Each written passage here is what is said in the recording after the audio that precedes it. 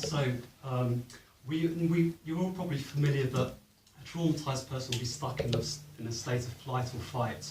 So this means that the brain and the pituitary hypothalamus are signaling to the adrenals to release stress hormones, cortisol and adrenaline constantly, which don't switch off. So you're probably familiar also with a flight or fight response, or freeze even, and this is mutually exclusive from rest and digest. So that says something a lot in itself. Now, the other thing that's interesting, most of you probably work with the kind of emotional, psychological forms of stress, but to the body, stress is anything that raises stress hormones, cortisol. This includes inflammatory foods, eating a high sugar, high carbohydrate diet, toxins, drink and drugs, which lots of traumatized people can try and seek comfort in, and extremes of temperature, dieting, anorexia will cause high levels of stress hormones, and also infection, because your body's trying to fight the infection. Your capacity to deal with stress is compromised by all these different forms of stress coming in. So one way to help you increase your capacity to deal with emotional stress is to deal with all the physical stresses I've just mentioned, and there are more besides. Now the gut and the brain are connected by the vagus nerve, which fires off in rest and digest mode. So if you're constantly stimulated, that's not going to be firing off.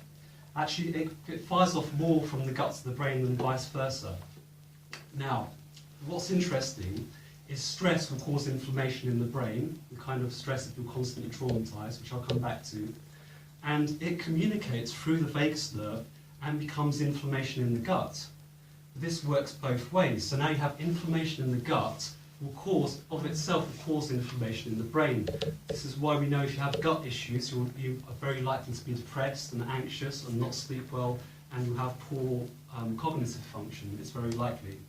So, in effect, working with the emotional, psychological aspect can be very much supported by working with what's going on in the body, in the gut. So the vagus nerve stimulates digestive juices, gastric juices, hydrochloric acid, bile, bicarbonates, enzymes, and the contractions of the gut. Everything that's synchronized to make the gut work smoothly and to digest well. So in a state of flight or fight, this stops working well.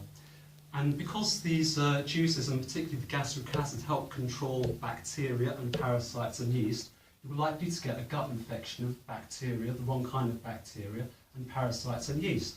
And as I've told you a moment ago, infection is a form of stress, raises cortisol. So we have a vicious circle. The infection in the gut will raise cortisol and increase your stress level and decrease your capacity to deal with stress. Your adrenals are your reserve of stress hormones, and their capacity is being exceeded.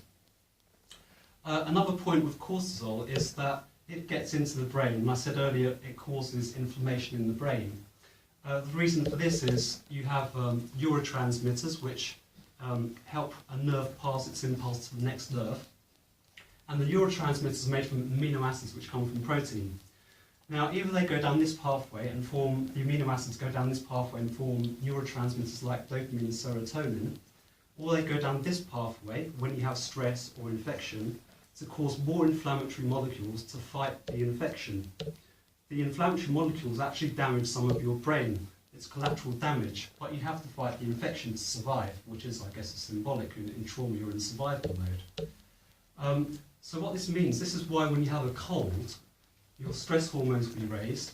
The amino acids are going to make these inflammatory molecules. That means you're making less dopamine and serotonin. Dopamine gives you motivation to do things and to feel a sense of pleasure in that. So when you have a cold, you don't feel like doing much. Your serotonin similarly goes down, so you don't feel as joyful and connected with other people. So you end up isolating, so you don't spread your germs. So there's evolutionary sense in this. And you end up not doing much. You rest and recuperate. The problem is when the cortisol is constant, if you're stuck in flight or fight response, that this system, it keeps cascading. It's a positive feedback loop. So inflammation gets inflammation, nothing turns it off, especially if there's a constant input of stress. So you get an inflamed brain feeding into the inflamed gut and vice versa. So how do we treat this?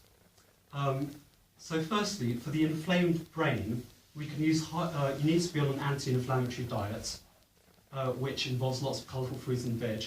And you can take high-dose resveratrol and curcumin, and garlic and acetyl L-carnitine and vitamin B3 all help. Ginkgo as well, but that stimulates the adrenals, so I don't recommend it.